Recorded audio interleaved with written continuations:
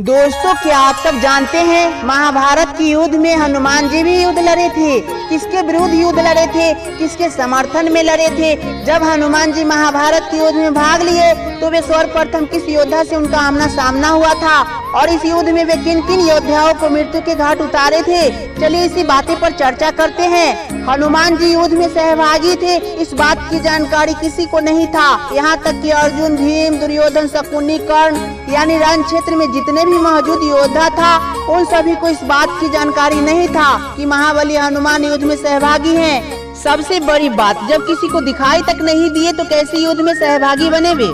इस बात की पुष्टि उस समय हुआ जब युद्ध समाप्त हो गया। युद्ध समाप्त होने के बाद जब भगवान श्री कृष्ण कर्ण का बड़ी बड़ाई करने लगे कि कर्ण जैसा धनुर्धर आज तक मैंने नहीं देखा। कर्ण युद्ध कौशल में परिपूर्ण था, कर्ण महारथी में महारथी था। भगवान श्री कृष्ण के मुंह से कर्ण का ये बड़ाई अर्जुन को लगा जैसे कोई उसके शरीर में कई भाला एक साथ उसके शरीर में चुभा रहा है और अर्जुन को रहा न गया और बोला, हे मधुसूदन, आप मेरे पक्ष में है या फिर कर्ण के पक्ष में है। दिया मेरा नहीं।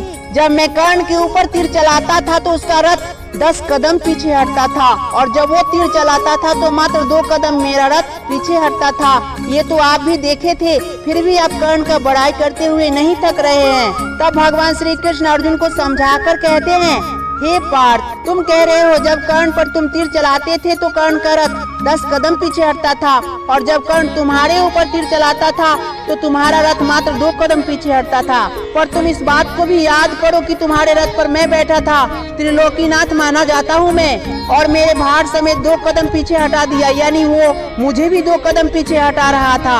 एक बात और बता दूं, तुम जिस रथ पर आरूढ़ होकर जिस रथ पर बैठकर तुम युद्ध कर रहे थे उस रथ का स्वयं महाबली हनुमान रक्षा कर रहा था। यानी हे पार्थ, तुम स्वयं मैं और वीर हनुमान को पीछे हटाना क्या कोई आसान बात है? नहीं पार्थ, कर्ण था, वह सर्व शक्तिशाली था, वह धनुर्विद्या में उत्तम था। इसका प्रमाण देखो। भगवान श्री कृष्ण महाबली हनुमान जी को रथ से उतरने के लिए कहते हैं तथा रथ के रक्षा भार से मुक्त करते हुए कहते हैं, हे भक्त शिरोमणि, आप रथ को छोड़ सकते हैं, मैं रथ के रक्षा भार से आपको मुक्त करता हूँ। हनुमान जी जैसे ही रथ के शीर्ष से उतरते हैं वैसे ही रथ महाविस्फोट कर जल जाता है। रथ का एक टुकड़ी भी देखने को नहीं बचा, सब समाप्त हो गया।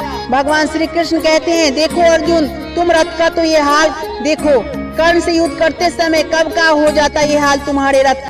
दोस्तों, अर्जुन और भगवान श्री कृष्ण के संवाद से आप सब समझ ही गए होंगे कि हनुमान जी किस प्रकार महाभारत की युद्ध में युद्ध कर रहे थे। बता दें कि जिस समय युद्ध की तैयारी चल रही थी उसी समय भगवान श्री कृष्ण महाबली हनुमान जी को आदेश दिया था कि पूरे युद्ध में तुम रथ की रक्षा करोगे, रथ पर आने वाले हर शक्ति का सामना तुम करोगे और उस शक्ति से रथ को तुम बचाओगे। इस तरह हनुमान जी महाभारत की युद्ध में शामिल हुए थे। वे पांडवों के पक्ष में थे और कौरवों के विपक्ष में थे। और बता दें कि महाभारत की युद्ध में कोई ऐसा योद्धा नहीं था जो हनुमान जी के बराबरी के थे, इसीलिए वे प्रत्यक्ष युद्ध नहीं किए थे।